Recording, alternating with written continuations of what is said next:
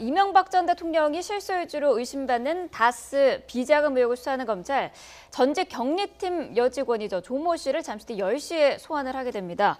자, 경리팀 여직원 조모 씨, 사실 이 사안과 관련해서 그동안 핵심 인물로 꾸준히 지목돼 왔어요. 예, 정호영 특검에서 120억을 횡령한 네. 사람인데 명의가 그 사람 이름입니다. 네. 근데 이제 그 어떤 여직원, 그것도 하급 여직원이 그걸 할 수가 있느냐, 그걸 몰랐다는 것이 말이 되느냐라는 식으로 했는데 정호영 특검에서는 원래 이 특검법에 의해서 그 수사 사안이 아니다라는 식으로 주장을 하면서 그때는 이제 비껴나갔고, 그런데 네. 실제로 여러 사람의 명의로, 그러니까 네. 말하자면 관련된 업체의 격리 업무를 담당하는 사람 명의로 같이 이제 공모한 사실이 보여지기 때문에 이것은 네. 여직원 혼자 할 수 있는 상황은 아니다라는 것을 오늘 이제 소환해서, 사실은 밝혔어야 되지만 오늘 이제 소환해서 밝히게 됩니다. 네. 네. 그, 말씀하신 것처럼 이 특검에서도 이제 격리 직원에 대해서 조사를 했는데요. 특검에서 당시 이제 조사된 내용은 개인적인 횡령으로 그냥 그렇게 결론을 내리고 이제 끝났죠. 예, 2008년도에 이제 정호영 특검팀이죠. 할 때 개인적 횡령으로 하고, 사실 지금도 그 논란도 됩니다. 네. 특검팀은 검찰에 넘겼다고 그러고 검찰은 얘기를 못 들었다고 중간에 지금 끼인 상황인데, 사실은 개인적 횡령인데 문제는 이 직원이 닷새 더 지금까지 잘 근무를 하고 있습니다. 네, 예. 개인적 횡령이면 뭐 형사처벌 하든지 했었어야 되는데 그게 뭐 문제가 있지 않을까가 지금 이제 수사하는 사람들의 입장이고요.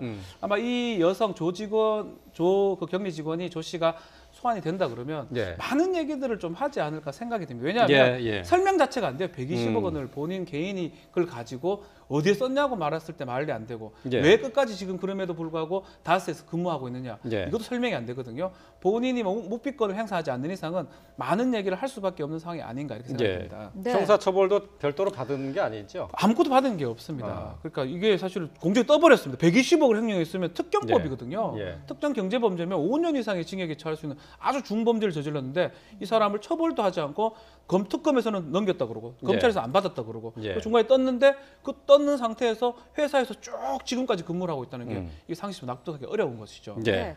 말씀하신 대로 120억 원을 그 직원이 개인적으로 횡령을 했다면 회사 측에서도 뭐 고발이라든지 이런 걸 할 수가 있을 텐데 이런 것도 전혀 없었고 지금까지도 계속 회사에 다니고 있는 것으로 지금 알려지고 있다고요. 예, 이제 모 탐사 프로그램에서 이제 직접적으로 인터뷰도 하고, 네. 물론 피했지만은 상황이 되니까 정상적으로 다닌 거라고 보여지거든요. 네. 그런데 상식적으로 이해가 안 된다는 거죠. 120억이라는 게 한두 푼도 아닌 상태에서 아무 조치를 안 했다. 그런 문제 때문에 혹시 이게 무슨 일종의 대리인이 아니냐, 아니면 명의만 빌려준 것이 아니냐라는 것을 지금 검찰에서 수사를 하려고 하는 거죠. 예. 네. 자, 10시부터 검찰에 소환이 돼서 조사를 받을 것으로 이렇게 예상이 됐습니다. 소환 통보를 받았는데요.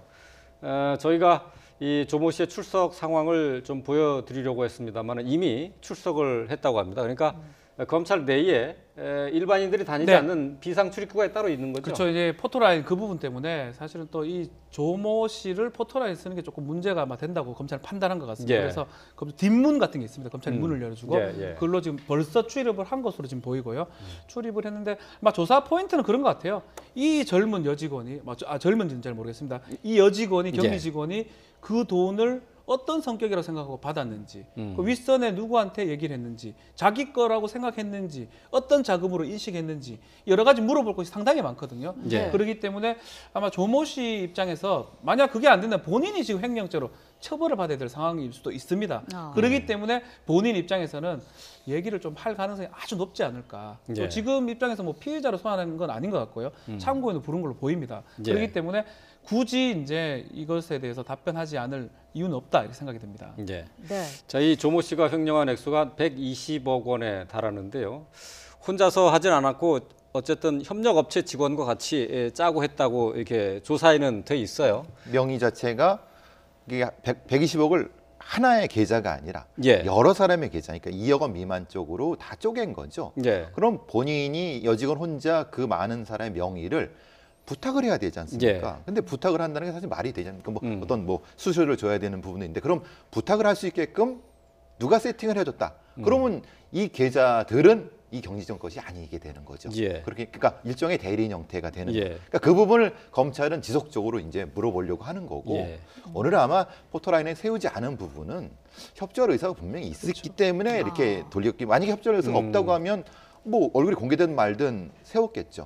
그런 어떤 것도 있을 것 같습니다. 검찰에서 일정 부분 배려를 해줬다 이렇게 볼 수가 있는 거네요. 그렇죠. 그렇기 때문에 뒷문으로 한 거지. 만약에 이제 뭐 협조 안 한다는 게 드러나면은 들어오든 말든 알아서 그것도 본인이 알아서 해라. 이런 식으로 갈 수도 있는 거거든요. 예, 예. 다스 비자금과 관련해서는 관련자들의 진술이 조금씩 지금 바뀌고 있어요. 이명박 전 대통령과 관련이 있느냐 하는 그 부분에 대해서 검찰이 계속해서 추궁하고 있는데 지금 어느 정도는 조금 이명박 전 대통령에게 혐의점을 두는 증언들이 많이 나오고 있죠. 진술이 계속 바뀌고 있어요. 네. 김성우 전 사장부터 해가지고 계속 이명박 MB 거다라고 얘기를 하고 있고요.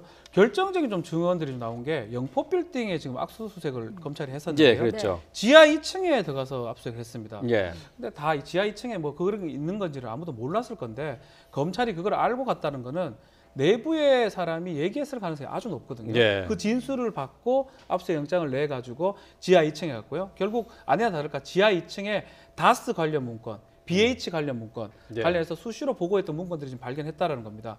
아마 이 정도면 진술 증거 또 물적 증거가 지금 충분히 확보된 것으로 보이고 예. 아마 MB 전 대통령의 뭐 소환은 뭐 초읽기에 들어간 게 아닌가 예. 다스 관련해서는 예. 생각이 좀 듭니다. 네. 어제 이제 압수수색이 있었는데 영포 빌딩과 예. 지하에. 근데 이제 다스와 또 BBK 관련 문건들이 다수 확보가 된 겁니까? 아마 뭐 이건 뭐 검찰 보안이니까 정확하게 알 수는 없지만 대부분 확보되지 않았을까 생각이 들어요. 원래 영포 빌딩에는 그 지상 1층, 2층 그 정도에서 다 일을 할 것으로 추측을 했는데 예. 지하 2층에 저런 게 있을 거라고는 검찰 잘 몰랐을 것 같아요. 그리고 또 영포 빌딩 입장에서도 지하 2층에 저렇게 무방비로 방치를 해뒀겠죠. 설마 여기까지 들어오겠느냐. 예. 근데 지금 어떤 내부적 얘기를 들었을 수도 있고요. 아니면 그게 아니더라도 검찰이 하여튼 조사한 결과 지하 2층에 많이 있을 거라고 전격적으로 지금 들어간 거거든요. 예. 막 그렇다면 많은 문건들이 아마 BBK, 다스 그리고 BH 그러니까 청와대 그 문건들이 지금 발견됐고 지금 나오고 있는데 스모킹건을 잡았을 가능성도 있지 않을까 생각합니다. 예. 압수수색을 할 때는 포괄적으로 어디를 하는데 사실은 들어가서 찾기가 쉽지 않습니다. 그 많은 문서들 중에 어떤 걸 찾겠습니까? 딱 필요한 것만 가지고 나와야 되죠. 그렇죠. 근데 그거를 모르죠.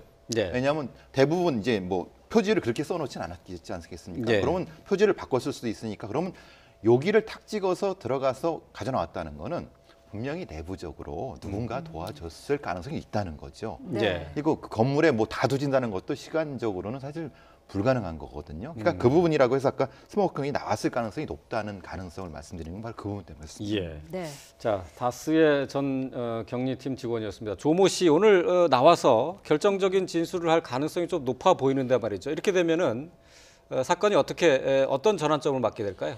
기본적으로 이제 우리가 많은 국민들이 궁금해하시는 다스의 실소유주에 대한 얘기가 나오는 건 물론 거기까지 가지 않을 수도 있습니다. 왜냐하면은 본인은 이제 누구누구의 어떤 업무 명령에 의해서 그렇게 했다라고만 하면은 실제로 저 MB까지 안 갈 수도 있는 거죠. 예, 그렇지만은 중간 연결고리를 찾게 되면은 그 이후부터는 사실은 되게 빠르게 움직일 수 있습니다. 예. 지금은 여기서 막힌 상황이거든요. 예. 네. 예.